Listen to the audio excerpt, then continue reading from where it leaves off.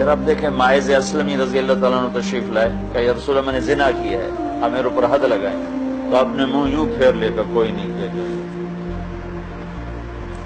جب میں نے کیا ہے جی، آپ نے کہا کوئی نہیں کیا جائے جی میں نے کیا ہے، ہم نے کہا کوئی نہیں کیا جی میں نے کیا ہے، 4 ہو گئی، یہ 4 گواہ ہوں، یہ 4 دفعہ خود وہ اقرار کرے۔ تو آپ نے کوشش کی کہ میں کسی طرح اس کی جان بچاؤں، آپ نے فرمایا بھائی دیکھو یہ نشے میں تو نہیں۔ ایک آدمی کہہ دیتا نا یہ نشے میں ہے تو آپ کہتے بھاگ جاؤ، کہا جی نہیں یہ تدبیر بھی نہ چلی، تو آپ نے ایک اور تدبیر فرمائی، بھائی یہ پاگل تو نہیں۔ ایک آدمی کہہ دیتا پاگل تو آپ کہتے جاؤ سوئی، کہا جی نہیں پاگل بھی نہیں تھا۔ حد لگ گئی تو پھر آپ نے ثابت بن حزال سے فرمایا لو سترتہ بفوق، کاش تو اسے اپنی چادر میں چھپا دے۔ اس بات کا کیا مطلب ہے؟ جب ان سے یہ گناہ ہوا تو یہ گئے ابو بکر کے پاس کہ مجھ سے یہ گناہ ہو گیا، کیا کروں؟ تب توبہ کر، اپنی پردہ داری مت کر، لیکن بے قراری تھی، گئے عمر کے پاس، عمر یہ ہو گیا کیا کروں؟ تب توبہ کر۔ پھر چین نہیں ہے تو چلے گئے ثابت بن حزال کے پاس، ثابت یہ گناہ ہو گیا کیا کروں؟ کہا اللہ کے نبی کو بتا دیا۔ اس پر یہ حد لگی تو وہ آپ نے گلا دیا کہ ابو بکر عمر والا تو بھی کر دیتا جو انہوں نے کیا، کیوں لایا میرے پاس؟ پورے شریعت میں زنا کی حد گواہوں پر نہیں قائم ہو 1400 سال۔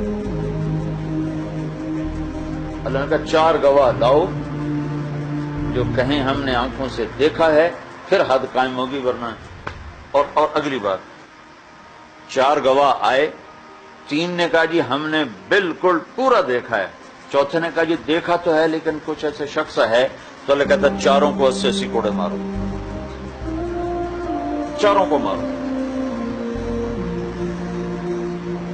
مزاج شریعت میں پردہ پوشی، عادی مجرم کا کیس الگ ہے، چور ڈاکو کا کیس الگ ہے۔ ایک شخص نے دیکھا اپنی بیوی کے ساتھ غیر مرد کو برائی کرتے، وہ آیا اللہ کے نبی کے پاس، یا رسول اللہ میں نے یہ دیکھا ہے۔ تو آپ نے کہا کوئی گواہ؟ کا جی گواہ تو کوئی۔ ہمارے ہاں تو شک پہ قتل ہو جاتے ہیں، مجھے بڑا رونا آتا ہے، بیٹا ساری زندگی زنا کرے تو کچھ پرواہ نہیں، تو بیٹی ایسی کسی سے بات کر لے تو ذبح کر لیتی، بیٹی کا غلط کو قدم اٹھے تو کہتے ہیں ہماری غیرت پہ حرف ہے، بیٹا شادی کر کے بھی زنا کرتا رہے تو کسی کی غیرت پہ کوئی حرف نہیں ہے۔ اگر اسی وجہ سے بچیوں کو قتل کرنا تو بچوں کو پہلے ذبح کرو۔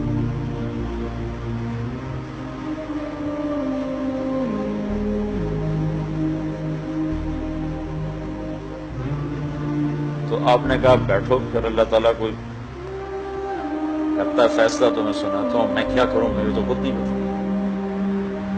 تو اللہ نے قرآن اتارا، والذین یرمون ازواجہم، یہ واقعہ چشم دید ہے، خامد نے آنکھوں سے دیکھا ہے، اور قرآن کہہ رہا ہے جو اپنی بیویوں پر الزام لگاتے ہیں، الزام نہیں تھا آپ کو دیکھو، لیکن قرآن لفظ ہے والذین یرمون ازواجہم، جو اپنی بیویوں پہ تہمت لگاتے ہیں، وَلَمْ يَكُنْ لَهُمْ شُهَدَاءُ إِلَّا أَنفُسُهُمْ، اور ان کے پاس گواہ کوئی نہیں، تو کیا کریں؟ شہادت احدہم 4 شہادات باللہ، تو پھر وہ 4 دفعہ گواہی دے کہ میں سچا ہوں، میں سچا ہوں، میں سچا ہوں، میں سچا ہوں، والخامسہ ان غضب اللہ علیہ ان کان من الکاذبین، اور 5ویں دفعہ یہ کہے اگر میں جھوٹا ہوں تو میرے اوپر اللہ کے غضب نازل۔ اور عورت یدرأ عنها العذاب ان تشہد 4 شہادات باللہ، پھر عورت اگر 4 دفعہ کہے میں نے نہیں کیا، میں نے نہیں کیا، میں نے نہیں کیا، میں نے نہیں کیا، اور اگر وہ سچ بول رہا ہے تو میرے اوپر اللہ کا غضب نازل۔ اگر وہ یہ قسم اٹھا جاتی ہے تو شریعت کہتی پاک دامن ہے، چھوڑ۔ وہاں کتنی روزانہ اخبار میں عورتیں قتل ہو پاکستان میں، صرف شک کی بنیاد پہ قتل کر دیتے.